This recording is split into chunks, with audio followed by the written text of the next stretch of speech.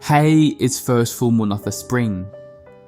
When choosing a book for today, I thought we might stay in New York a bit longer and explore a story that unravels in furnished rooms of West Side. Restless, shifting, fugacious as time itself is a certain vast bulk of the population of the red brick district of the Lower West Side. Homeless, they have 100 homes. They flit from furnished room to furnished room, transients forever, transients in abode, transients in heart and mind. They sing Home Sweet Home in ragtime. They carry their lisette penates in a bandbox, their vine is entwined about a picture hat, a rubber plant is their fig tree. Hence the houses of this district, having had 1,000 dwellers, should have 1,000 tales to tell, mostly dull ones no doubt, but it would be strange if there could not be found a ghost or two in the wake of all these vagrant guests. One evening after dark, a young man prowled among these crumbling red mansions, ringing their bells. At the 12th, he rested his lean hand baggage upon the step and wiped the dust from his hatband and forehead.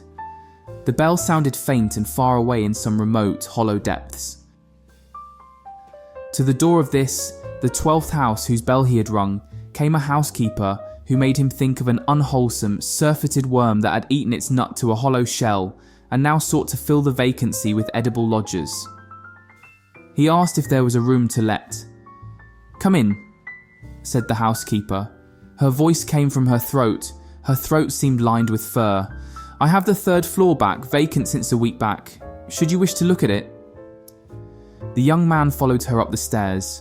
A faint light from no particular source mitigated the shadows of the halls.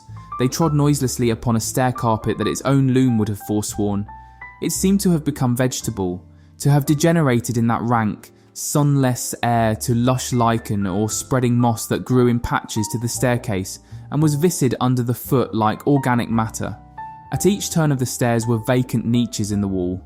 Perhaps plants had once been set within them. If so, they had died in that foul and tainted air. It may be that statues of the saints had stood there, but it was not difficult to conceive that imps and devils had dragged them forth in the darkness and down to the unholy depths of some furnished pit below. "This is the room," said the housekeeper from her furry throat. "It's a nice room. It ain't often vacant. I had some most elegant people in it last summer. No trouble at all, and paid in advance to the minute. The water's at the end of the hall. Sproles and Moni kept it 3 months. They'd done a vaudeville sketch. Miss Beretta Sproles, you may have heard of her. Oh, that was just the stage names. Right there over the dresser is where the marriage certificate hung, framed. The gas is here, and you see there is plenty of closet room. It's a room everybody likes. It never stays idle long." "Do you have many theatrical people rooming here?" asked the young man. "They comes and goes. A good proportion of my lodgers is connected with the theatres. Yes, sir, this is the theatrical district. Actor people never stays long anywhere. I get my share. Yes, they comes and they goes." He engaged the room, paying for a week in advance. He was tired, he said, and would take possession at once. He counted out the money. The room had been made ready, she said, even to towels and water. As the housekeeper moved away, he put, for the 1,000th time, the question that he carried at the end of his tongue. "A young girl, Miss Vashna, Miss Eloise Vashna, do you remember such a one among your lodgers? She would be singing on the stage most likely. A fair girl of medium height and slender, with reddish gold hair and a dark mole near her left eyebrow." "No, I don't remember the name. Them stage people has names they change as often as their rooms. They comes and they goes. No, I don't call that one to mind."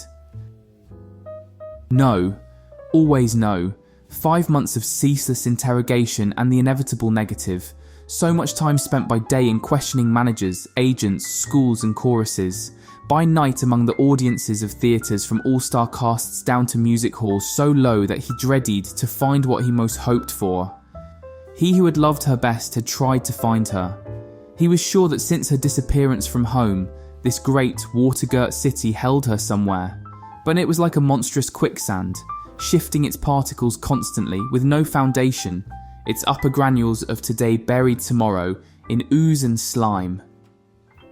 The furnished room received its latest guest with a first glow of pseudo-hospitality, a hectic, haggard, perfunctory welcome like the specious smile of a demi-rep.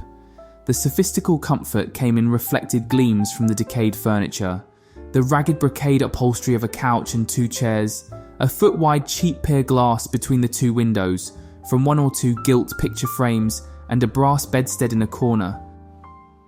The guest reclined, inert, upon a chair, while the room, confused in speech as though it were an apartment in Babel, tried to discourse to him of its diverse tenantry. A polychromatic rug, like some brilliant flowered rectangular, tropical islet, lay surrounded by a billowy sea of soiled matting. Upon the gay papered wall were those pictures that pursue the homeless one from house to house, the Huguenot lovers, the first quarrel, the wedding breakfast, Psyche at the fountain. The mantle's chastely severe outline was ingloriously veiled behind some pert drapery, drawn rakishly askew like the sashes of the Amazonian ballet. Upon it was some desolate flotsam cast aside by the rooms marooned when a lucky sail had borne them to a fresh port. A trifling vase or 2, pictures of actresses, a medicine bottle, some stray cards out of a deck. One by one, as the characters of the cryptograph become explicit, the little signs left by the furnished room's procession of guests developed a significance.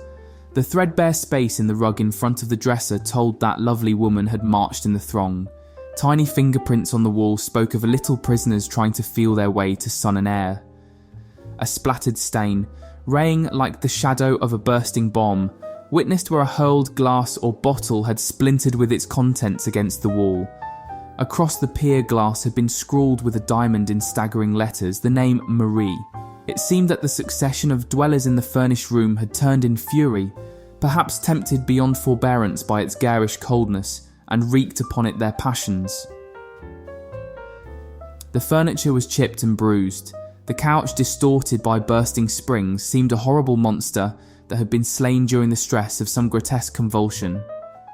Some more potent upheaval had cloven a great slice from the marble mantle. Each plank in the floor owned its particular cant and shriek, as from a separate and individual agony. It seemed incredible that all this malice and injury had been wrought upon the room by those who had called it for a time their home. And yet, it may have been the cheated home instinct surviving blindly, the resentful rage at false household gods that had kindled their wrath. A hut that is our own we can sweep and adorn and cherish. The young tenant in the chair allowed these thoughts to file, soft-shod, through his mind, while there drifted into the room furnished sounds and furnished scents. He heard in one room a tittering and incontinent slack laughter, in others the monologue of a scold, the rattling of dice, a lullaby, and one crying dully. Above him a banjo tinkled with spirit. Doors banged somewhere, the elevated trains roared intermittently, a cat yowled miserably upon a back fence, and he breathed the breath of the house, a dank savour rather than a smell, a cold musty effluvium as from underground vaults mingled with the reeking exhalations of linoleum and mildewed and rotten woodwork. Then suddenly, as he rested there, the room was filled with the strong, sweet odour of mignonette. It came as upon a single buffet of wind with such sureness and fragrance and emphasis that it almost seemed a living visitant, and the man cried aloud, "What, dear?" as if he had been called, and sprang up and faced about. The rich odour clung to him and wrapped him around. He reached out his arms for it, all his senses for the time confused and commingled. How could one be peremptorily called by an odour? Surely it must have been a sound.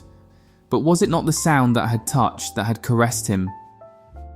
"She has been in this room," he cried, and he sprang to wrest from it a token, for he knew he would recognise the smallest thing that had belonged to her or that she had touched.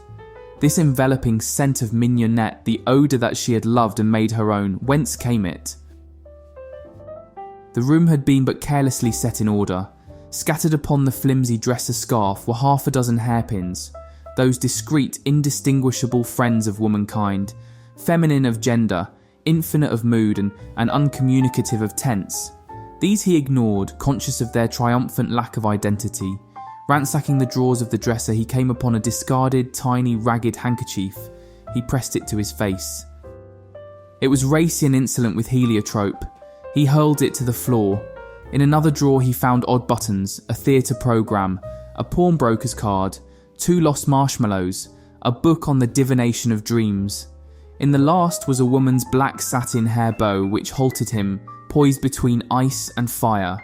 But the black satin hair bow also is femininity's demure, impersonal common ornament and tells no tales.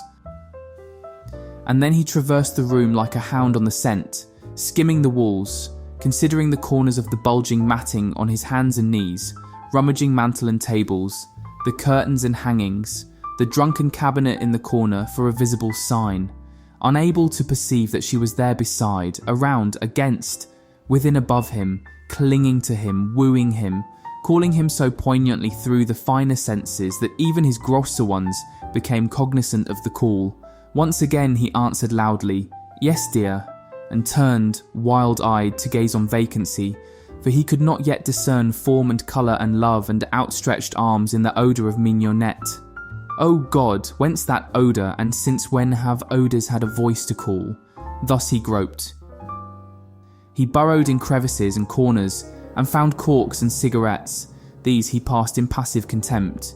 But once he found, in a fold of the matting, a half-smoked cigar, and this he ground beneath his heel with a green and trenchant oath. He sifted the room from end to end. He found dreary and ignoble small records of many a peripatetic tenant, but of her whom he sought, and who may have lodged there, and whose spirit seemed to hover there, he found no trace. And then he thought of the housekeeper. He ran from the haunted room downstairs and to a door that showed a crack of light. She came out to his knock. He smothered his excitement as best he could. "Will you tell me, madam," he besought her, "who occupied the room I have before I came?" "Yes, sir, I can tell you again. 'Twas Sproles and Mooney, as I said. Miss Beretta Sproles, it was in the theatres, but Mrs. Mooney she was. My house is well known for respectability. The marriage certificate hung, framed, on a nail over... What kind of a lady was Miss Sproles? In looks, I mean." "Why, black-haired, sir, short and stout, with a comical face. They left a week ago Tuesday." "And before they occupied it?" "Why, there was a single gentleman connected with the draying business. He left owing me a week. Before him was Mrs. Crowder and her 2 children, that stayed 4 months. And back of them was old Mr. Doyle, whose sons paid for him. He kept the room 6 months. That goes back a year, sir, and further I do not remember." He thanked her and crept back to his room. The room was dead. The essence that had vivified it was gone. The perfume of mignonette had departed. In its place was the old stale odour of mouldy house furniture, of atmosphere in storage. The ebbing of his hope drained his faith. He sat staring at the yellow singing gaslight. Soon he walked to the bed and began to tear the sheets into strips. With the blade of his knife he drove them tightly into every crevice around windows and door. When all was snug and taut, he turned out the light, turned the gas full on again, and laid himself gratefully upon the bed.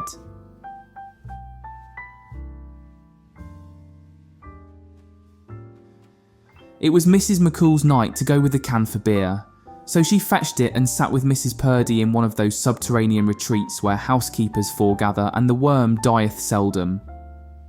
"I rented out my 3rd floor, back this evening," said Mrs. Purdy, across a fine circle of foam. "A young man took it. He went up to bed 2 hours ago." "Now did you, Mrs. Purdy, ma'am?" said Mrs. McCool with intense admiration. "You do be a wonder for renting rooms of that kind. And did you tell him then?" she concluded in a husky whisper laden with mystery. "Rooms," said Mrs. Purdy in her furriest tones, "are furnished for to rent. I did not tell him, Mrs. McCool. And 'tis right ye are, ma'am. 'Tis by renting rooms we kape alive. Ye have the rail sense for business, ma'am. There be many people will reject the renting of a room if they be told a suicide has been after dying in the bed of it." "As you say, we has our living to be making," remarked Mrs. Purdy. "Yis, ma'am, 'tis true. 'Tis just 1 week ago this day I helped you lay out the 3rd floor back. A pretty slip of a colleen, she was to be killing herself with the gas. A swate little face she had, Mrs. Purdy, ma'am." "She'd have been called handsome, as you say," said Mrs. Purdy, assenting but critical. "But for that mole she had a growing by her left eyebrow." "Do fill up your glass again, Mrs. McCool,"